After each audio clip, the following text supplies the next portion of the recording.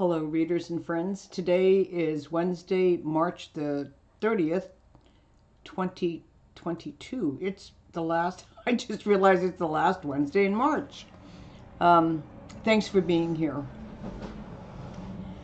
I want to read an excerpt from one of my favorite poems. It's called Love After Love by Derek Walcott.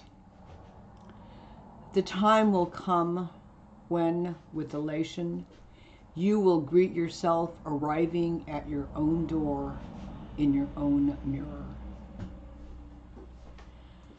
I grew up in the solid neighborhood of San Francisco's Nihon Machi in the 60s. Literally, the word Nihon Machi means Japantown. My dad was a 20-year veteran of the U.S. Army, and he had a choice to make when he retired. As far as my mother was concerned, it was a no-brainer. He would take his retirement at the Presidio of San Francisco, and my mother would finally get to live somewhere with a large Japanese community, something she'd sorely missed since leaving Kobe, Japan, her hometown, and where I was born. San Francisco was a wonderful place for my mother. She loved it. She thrived there. She became known as an expert with tying the obi, those beautiful elaborate sashes that held up the kimono. She deftly wound the obi into long forgotten patterns, bringing so much joy and pride to the Japanese community. But for me, it was a confusing place to be. I had just spent the last 3 years of my life living in rural southwestern France, amidst acres of vineyards, a whole backyard that included trees full of parasitic mistletoe on misshapen giant oaks, and a huge pond full of tadpoles and other crawly things. I was free. In San Francisco, I entered this world of acting like a proper Japanese girl, and I had no clue what that looked like. Up until then, I wasn't Japanese, but just a young girl who ran as fast as the boys, climbed trees higher than any boy could, and who scooped up handsful of cool pond mud to relieve insect bites or soothe cuts on my legs and arms.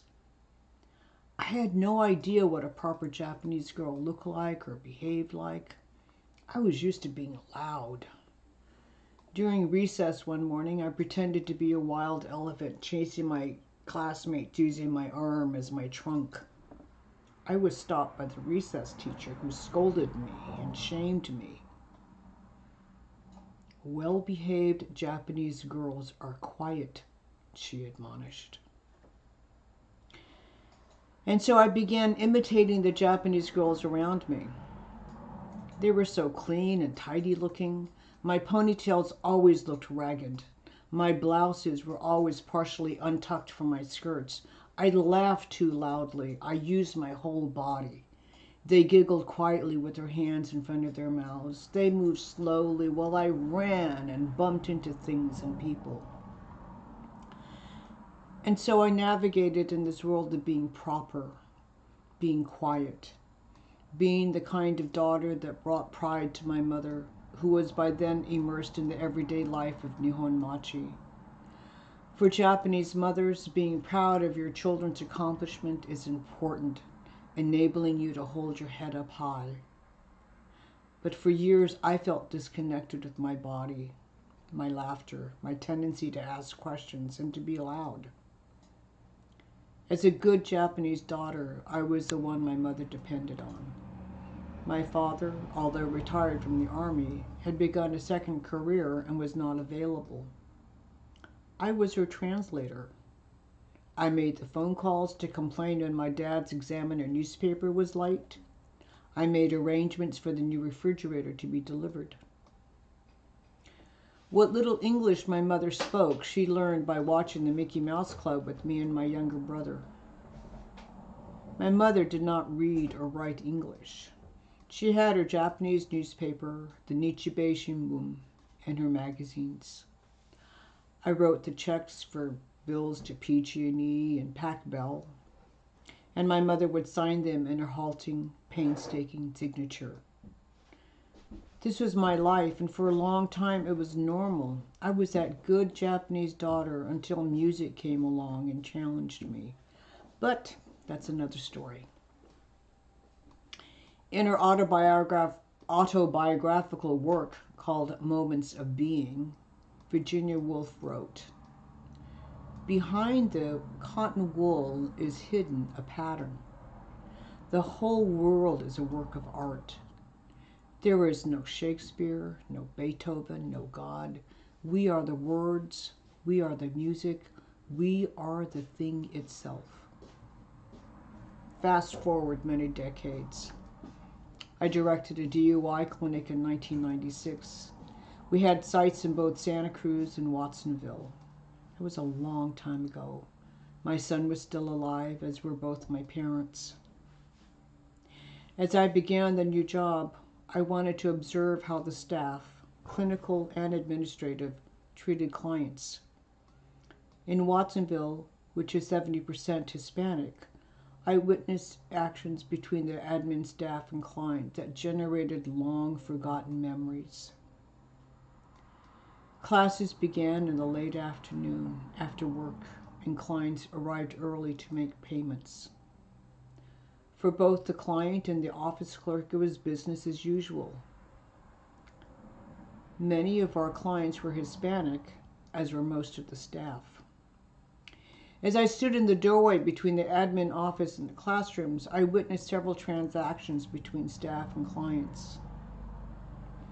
Our Hispanic staff read, wrote, and spoke English, but many of our clients were like my mother and didn't speak, read, or write English.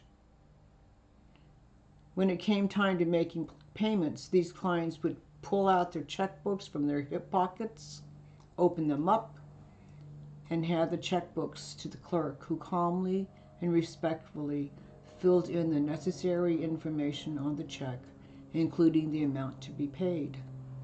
Then the checkbook would be returned to the client, who then painstakingly signed his name, then carefully tore the check out, passing it to the clerk. Done.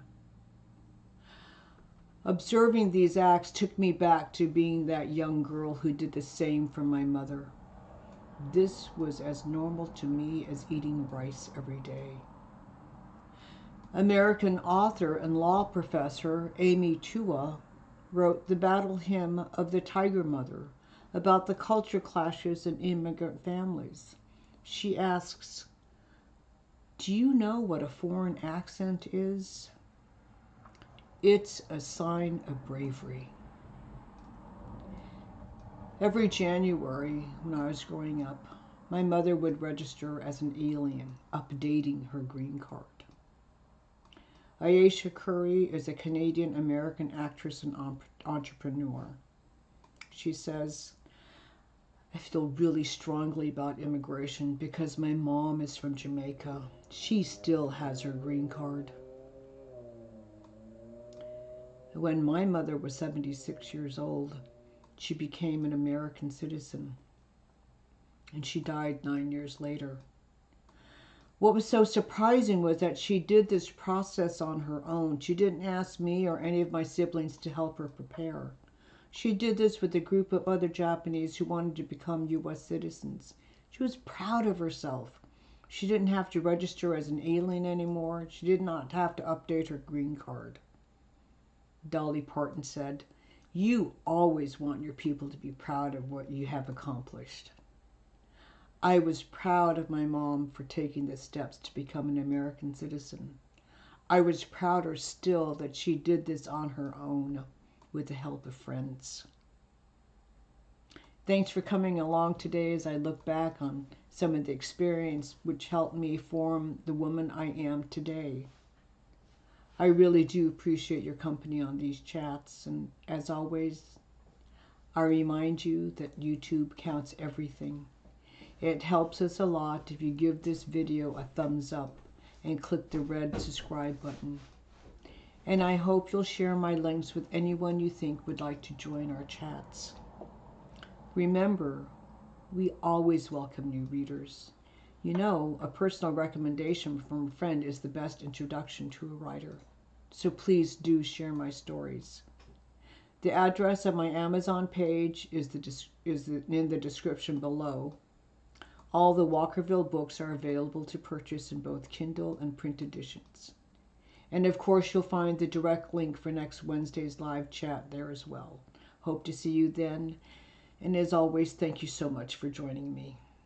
Have a great rest of the afternoon.